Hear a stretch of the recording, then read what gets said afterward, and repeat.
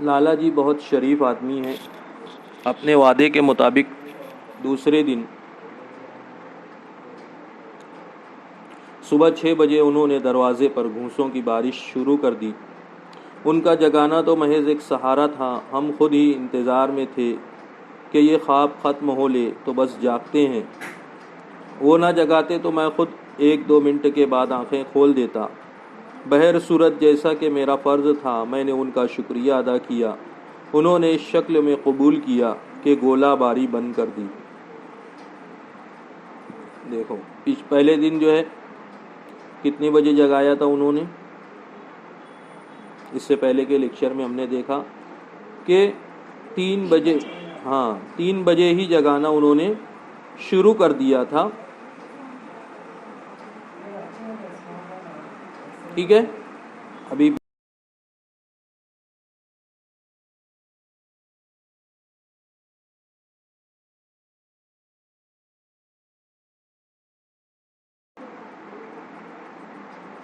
اب دوسرے دن مصنف تو اس وقت 3 بجے اٹھے اور پھر بہت لے دے ہوئی کہ انہوں نے کہا کہ بھئی میں نے یہ کہا تھا کہ مجھے اٹھا دینا, میں نے یہ نہیں کہا تھا کہ مجھے سونے ہی مت دینا.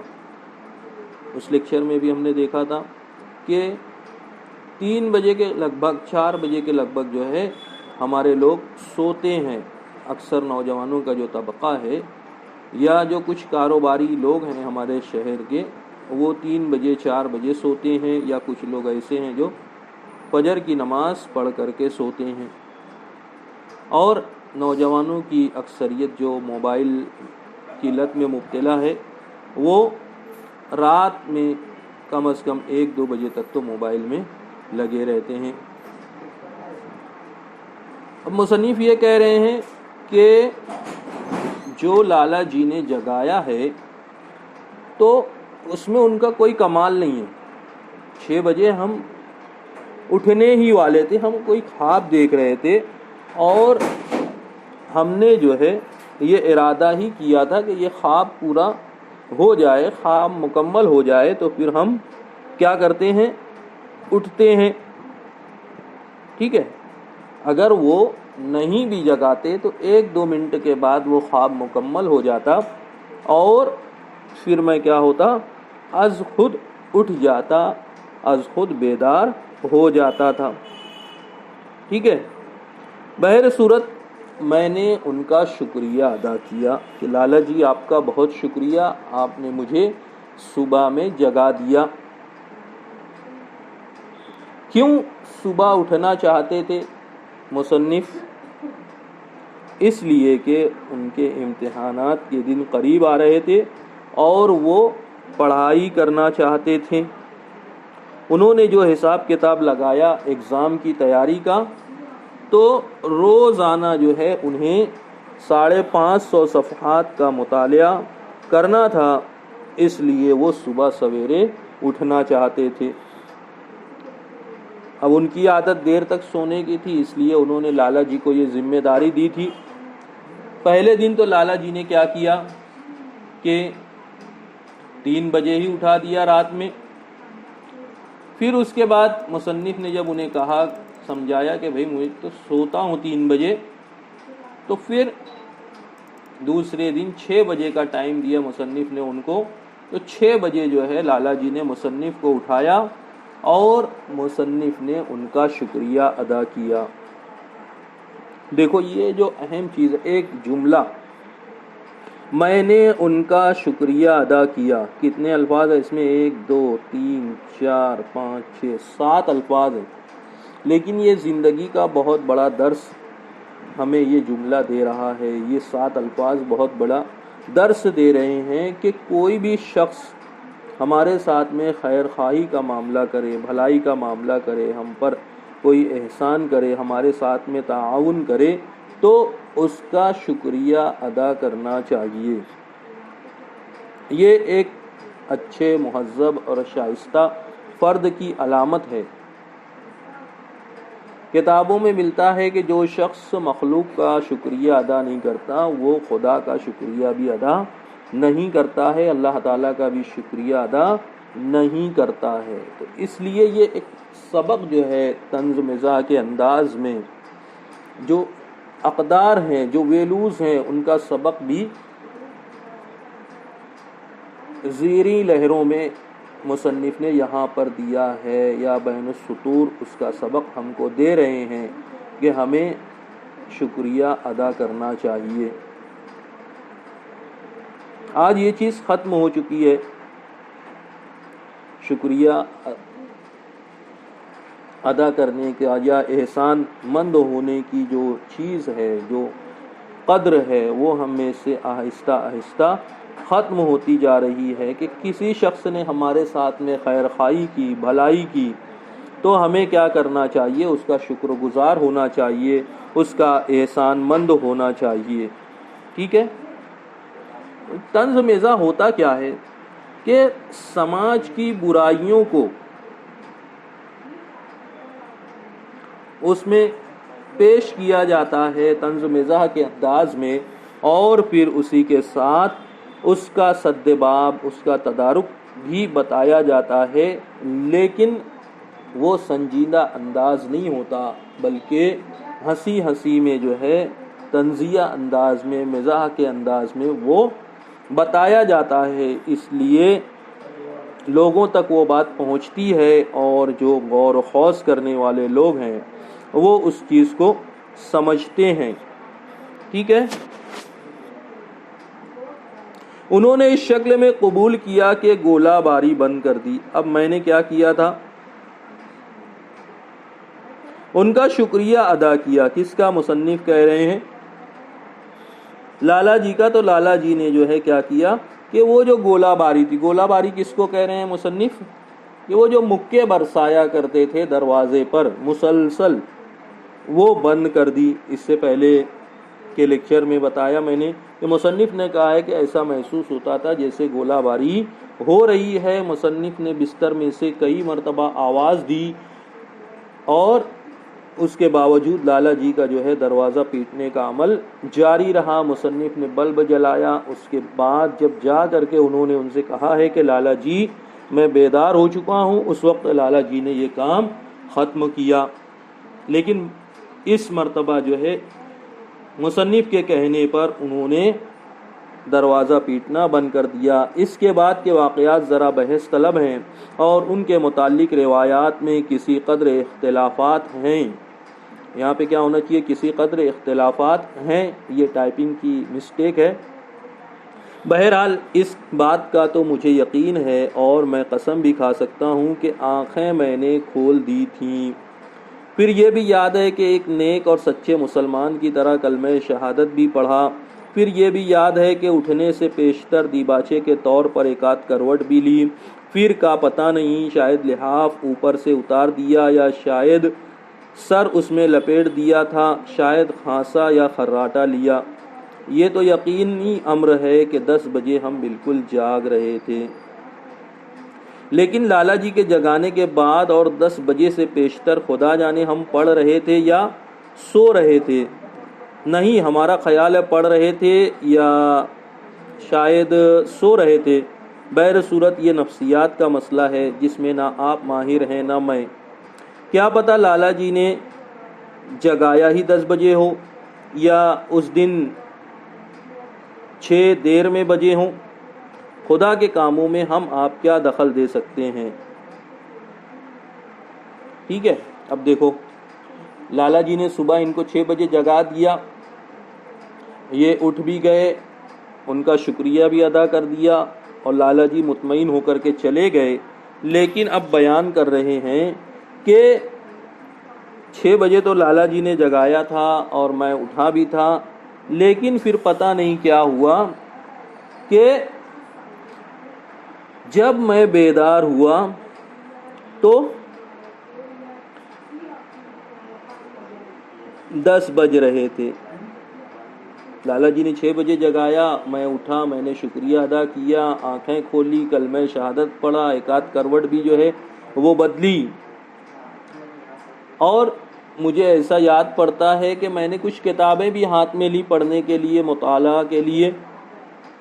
لیکن پھر مجھے اس کے بعد جو ہے یاد نہیں پڑتا ہے کہ میں پڑھ رہا تھا یا سو رہا تھا. دیکھو یہ ایک بالکل تجربے کی بات ہے، سامنے کی بات ہے کہ جب ہم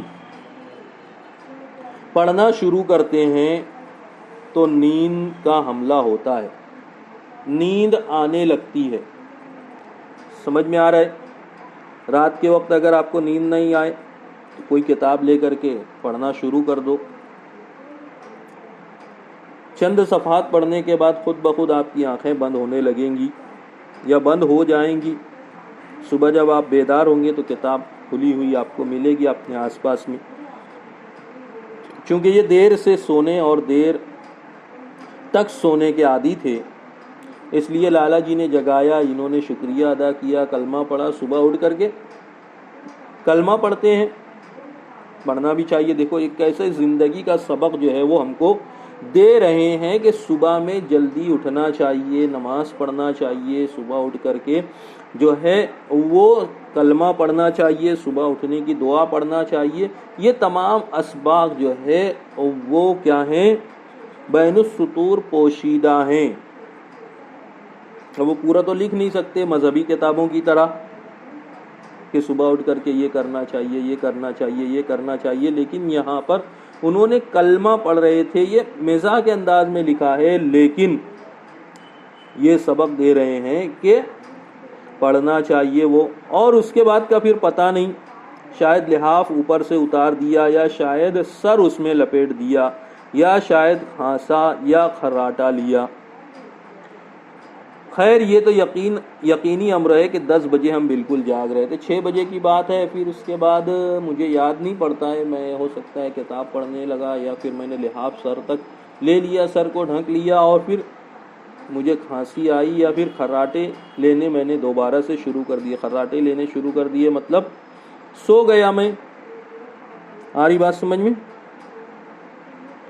بہرحال مجھے خود جو ہے وہ یقین نہیں ہے، میں خود کنفیوزڈ ہوں، تذبذب کا شکار ہوں. اور یہ ایک نفسیاتی مسئلہ ہے جس میں آپ نہ آپ ماہر ہیں اور نہ میں ماہر ہوں. ٹھیک ہے، یہ ایک ایسی بات ہے کہ میں بھی یقین سے نہیں کہہ سکتا اور آپ بھی یقین سے نہیں کہہ سکتے کہ کیا ہوا ہوگا. یہ تو کوئی سائیکولوجسٹ ہے، ماہر نفسیات ہے، وہی بتا سکتا ہے کہ ایسا کیوں کنفیوژن مجھے ہوا ہے. یا پھر دیکھیے آگے کیا کہتے ہیں کہ کیا پتا لالا جی نے جگایا ہی 10 بجے ہو. سارا الزام کہاں ڈال دیا؟ لالا جی کے سر پر ڈال دیا. ہم لوگ کیا کرتے ہیں؟ کوئی غلطی ہو گئی؟ نہیں، ہم تو غلطیوں سے پاک ہیں. یہ فلاں شخص جو ہے، فلاں صاحب جو ہیں، فلاں چیز جو ہے، فلاں واقعہ جو ہے وہ اس کا ذمہ دار ہے، ایسا ہو گیا اس لیے یہ ایسا ہوا. میں 10 بجے اٹھا، اس کے ذمہ دار ہو سکتا ہے لالا جی ہی ہوں، انہوں نے 10 بجے ہی مجھے اٹھایا ہو. کیا کہہ رہے ہیں؟ نہیں، میں اس میں قصوروار نہیں ہوں، میری کوئی غلطی نہیں ہے. قصور تو لالا جی کا ہی لگتا ہے کہ انہوں نے مجھے 10 بجے جگایا ہو، یا اس دن 6 دیر میں بجے ہوں، یعنی سورج نکلنے کے بعد سورج کافی اوپر آ گیا، اس کے بعد 6 بجا ہو سکتا ہے کیا ایسا؟ نہیں ہو سکتا. لیکن دیکھیے آگے کیا کہتے ہیں، خدا کے کاموں میں ہم آپ کیا دخل دے سکتے ہیں. یہ جو ہے خدا کی قدرت ہے، اسی کے حکم سے جو ہے وہ سورج نکلتا ہے، ڈوبتا ہے، دن ہوتا ہے، رات ہوتی ہے، صبح ہوتی ہے، شام ہوتی ہے. یہ پوری کائنات اسی کے حکم سے چل رہی ہے. ہو سکتا ہے کہ اس دن سورج کو ایسا آرڈر ملا ہو. تو خدا کے کاموں میں ہم آپ کیا دخل دے سکتے ہیں، کیا مداخلت کر سکتے ہیں؟ یعنی ہمیں خدا کے کاموں پر، خدا کے احکامات پر، خدا کے فیصلے پر راضی رہنا چاہیے. یہ سبق دے رہے ہیں کیونکہ خدا کا فیصلہ ہمارے حق میں ہر حال میں بہتر ہوتا ہے. یہ الگ بات ہے کہ ہماری چھوٹی سی عقل میں وہ چیز آتی نہیں ہے. انسان بعض مرتبہ خود ایسا سوال کرتا ہے, ایسی دعائیں کرتا ہے جو اس کے حق میں مفید اور بہتر نہیں ہوتی ہیں. آ رہی بات سمجھ میں؟ ایسے ہی ایک دوسرا سبق یہ دے رہے ہیں کہ ہمیں خدا کے کاموں میں دخل نہیں دینا چاہیے. خاص طور سے جب بارش کا موسم ہوتا ہے تو لوگ کہتے ہیں کہ, یا گرمی کا موسم ہوتا ہے, سردی کا, موسموں کے بارے میں لوگوں کی جو اکثر رائے ہوتی ہے وہ اگر گہرائی میں جا کر کے اس کا مطالعہ کیا جائے تو تھوڑا سا وہ غیر مناسب معلوم ہوتی ہے. خدا کے فیصلے میں دخل یا مداخلت کے معنوں میں ہم اس کو لے سکتے ہیں.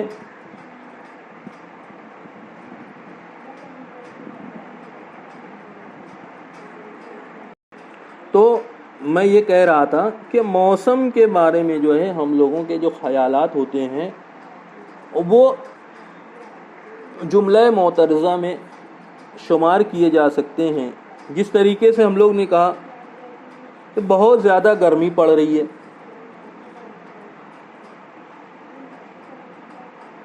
اب خدا تعالیٰ نے یہ کائنات بنائی ہے, وہ بہتر جانتا ہے کہ کس علاقے میں کس دن کتنی گرمی مخلوق کے لیے بہتر ہے. دیکھو نا, بارش ہو گئی بے موسم کی, اب فصلیں خراب ہو جائیں گی, اب جو ہے وہ پھل مہنگے ہو جائیں گے, سبزیاں مہنگی ہو جائیں گی. بارش کون برساتا ہے؟ اللہ تعالیٰ کی طرف سے آتی ہے, اللہ کے حکم سے آتی ہے بارش. کتنی ہوگی, کس وقت ہوگی, کہاں ہوگی, کب ہوگی, کیسے ہوگی, یہ سب خدا تعالیٰ کے فیصلے ہیں. لیکن ہم اس طریقے کے جملے جو ہے اکثر اپنی روزمرہ کی زندگی میں استعمال کرتے ہیں, بلکہ بعض علماء نے تو ایسے جملوں کے پر مشتمل باقاعدہ سے کتابچہ ترتیب دیا ہے جس میں لکھا ہے کہ ان جملوں کو استعمال کرنے سے, ان جملوں کو ادا کرنے سے آدمی کا ایمان خطرے میں پڑ سکتا ہے. آئی بات سمجھ میں؟ یہ سبق دیکھو طنز مزاح کے انداز میں کتنا زبردست سبق جو ہے وہ دے رہے ہیں کہ انسان کو خدا کے فیصلوں میں مداخلت نہیں کرنی چاہیے, دخل اندازی نہیں کرنی چاہیے. اب ایک آدمی ہے, اس کو خدا نے صرف بیٹے دیے ہیں. بیٹا اور بیٹی کون دیتا ہے؟ خدا کی طرف سے ہی ہے. کسی کو صرف بیٹیاں ہیں, کسی کو نہ بیٹا ہے نہ بیٹی ہے.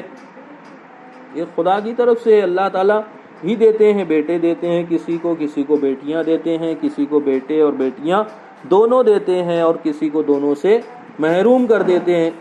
لوگ اس پر اعتراض کرتے ہیں. جو پیرنٹس ہوتے ہیں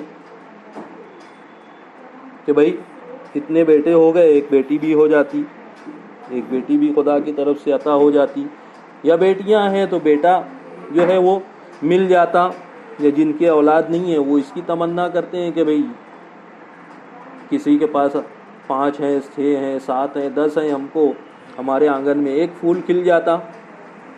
تو اس طریقے سے یہ کچھ الفاظ ایسے ہیں جو انسان کو کفر کی حد تک پہنچا دیتے ہیں. تو یہ کہہ رہے ہیں کہ ہمیں خدا کے کاموں میں دخل نہیں دینا چاہیے, ایسی باتیں بھی نہیں کہنا چاہیے جو گستاخی کے زمرے میں آتی ہوں. لیکن ہمارے دل میں دن بھر یہ شبہ رہا کہ قصور کچھ اپنا ہی معلوم ہوتا ہے. جناب شرافت ملاحظہ ہو کہ محض اس شبہ کی بنا پر صبح سے شام تک ضمیر کی ملامت سنتا رہا اور اپنے آپ کو کوستا رہا, مگر لالا جی سے ہنس ہنس کے کر باتیں کی, ان کا شکریہ ادا کیا, اور اس خیال سے کہ ان کی دل شکنی نہ ہو حد درجے کی طمانینت ظاہر کی کہ آپ کی نوازش سے میں نے صبح کا سہانا اور روح افزا وقت بہت اچھی طرح صرف کیا, ورنہ اور دنوں کی طرح آج بھی 10 بجے اٹھتا. لالا جی صبح کے وقت دماغ کیا صاف ہوتا ہے, جو پڑھو خدا کی قسم فوراً یاد ہو جاتا ہے. بھائی خدا نے صبح بھی کیا عجیب چیز پیدا کی ہے, یعنی اگر صبح کے بجائے صبح شام ہوا کرتی تو دن کیا بری طرح کٹا کرتا. ٹھیک ہے. اب یہ کہہ رہے ہیں کہ بھائی مجھے تو کنفیوژن رہا کہ میں 6 بجے اٹھا یا 10 بجے اٹھا، بہرحال میں لالا جی سے پورے دن ہنس ہنس کر کے باتیں کرتا رہا اور ان کا شکریہ ادا کرتا رہا تاکہ انہیں بھی اطمینان ہو جائے کہ میں کیا تھا، صبح میں اٹھ چکا تھا، اور اٹھنے کے بعد میں نے جو کام طے کیا تھا کس کا، مطالعہ کا، وہ میں نے شروع کر دیا تھا. صبح کے منظر سے میں بہت اچھی طریقے سے کیا ہوا ہوں، لطف اندوز ہوا ہوں. اس بات کا یقین دلانے کے لیے ہنس ہنس کر کے میں ان کو صبح کے فائدے جو ہے وہ گناتا رہا، اور یہ بھی کہا کہ صبح کا سہانا وقت بہت روح افزا ہوتا ہے. کیا ہوتا ہے؟ ہاں، صبح کا وقت روح افزا، روح کو طمانینت بخشنے والا، روح کو اطمینان عطا کرنے والا. آئی بات سمجھ میں؟ اور یہ کہ یہ خدا کا فیصلہ ہے کہ صبح کے وقت ایسا منظر ہو، ایسا ماحول ہو، ورنہ اگر صبح کے وقت وہ منظر ہو جو شام میں ہوتا ہے تو کتنا جو ہے وہ آڈ فیل ہوگا ہم لوگوں کو کہ صبح کے وقت جو ہے وہ سورج غروب ہو رہا ہے اور شام کے وقت سورج نکل رہا ہے، اور بھی جو پرندوں کی چہچہاٹ ہے وہ شام میں سنائی دے، صبح کے وقت جو ہے وہ واپس اپنے گھونسلوں میں آ رہے ہوں اور شام کو گھونسلوں سے نکل کر کے جا رہے ہوں، اور بھی جو مناظر ہیں صبح کے وہ اگر شام میں ہو جائیں اور شام کے مناظر کی جو خوبیاں ہیں وہ صبح کو دے دی جائیں تو کیا ہوگا کہ ہمارا دن بہت بری طریقے سے کٹتا. یہ جو لطف ہے، یہ جو چارم ہے، یہ ہم محسوس نہیں کر سکتے، جو اب محسوس کرتے ہیں. اگر بالکل اس کے برعکس ہو جاتا تو یہ مزہ نہیں آتا، اتنا لطف ہم نہیں اٹھا پاتے. سمجھ میں آ رہا ہے؟ دیکھو یہ یہاں پر رشک اور حسد، اگر اس کو گہرائی سے دیکھیں گے تو رشک اور حسد کا جو ہے درس ہمیں یہاں پر وہ دے رہے ہیں کہ ہمیں اس سے بچنا چاہیے، حسد سے، کہ خدا نے فلاں شخص کو یہ چیز دی ہے، مجھے کیوں نہیں دی؟ اگر مجھے مل جاتی تو اس سے چھین جائے کسی بھی طریقے سے اور وہ مجھے مل جائے. خدا بہتر جانتا ہے کہ صبح کے وقت کیسا منظر ہونا چاہیے اور شام کے وقت کیسا ہونا چاہیے، کس کو کون سی نعمت دینی ہے اور کس کو کس نعمت سے محروم رکھنا ہے، یہ خدا بہتر جانتا ہے. تمہارے دلوں کے حال کو جاننے والا ہے، تمہارے ماضی کو، تمہارے حال کو، تمہارے مستقبل کو جاننے والا ہے، اور تمہارے حق میں کیا بہتر ہے وہ وہی کرتا ہے. بات سمجھ میں آ رہی ہے؟ کچھ لوگ جلتے ہیں، حسد رکھتے ہیں، بغض رکھتے ہیں، کینہ رکھتے ہیں، لوگوں کا علم دیکھ کر، ان کی دولت دیکھ کر اور دیگر چیزوں کی وجہ سے ایک دوسرے سے حسد رکھتے ہیں، کینہ رکھتے ہیں، بغض رکھتے ہیں. تو وہی مصنف یہاں پہ بیان کر رہے ہیں کہ ہمیں ایسا نہیں کرنا چاہیے. اس طریقے سے ہم یہ نہیں کہہ سکتے کہ صبح کا منظر شام کے وقت بہتر ہوتا اور شام کا منظر صبح کے وقت بہتر ہوتا. تو اسی طریقے سے خدا نے جس کو جو نعمت دی ہے وہ اس کا سزاوار تھا، وہ اس کا مستحق تھا، اس لیے خدا نے اس کو وہ نعمت سے سرفراز کیا ہے. اور خدا نے کسی کو کسی نعمت سے محروم رکھا ہے تو وہ اس کے لیے وہی بہتر تھا. رشک حسد کرنے والا جو ہے وہ کیا کرتا ہے کہ وہ خدا کے فیصلے پر اعتراض کرتا ہے، تو مجھے زیادہ سمجھتا ہے کہ اس کو یہ چیز نہیں ملنی چاہیے، یہ اس کا حقدار نہیں تھا، یہ اس کا مستحق نہیں تھا. کہتا نہیں ہے لیکن دوسرے الفاظ میں اس کی سوچ، اس کی فکر، اس کا عمل اسی بات کی غمازی کرتا ہے کہ یہ شخص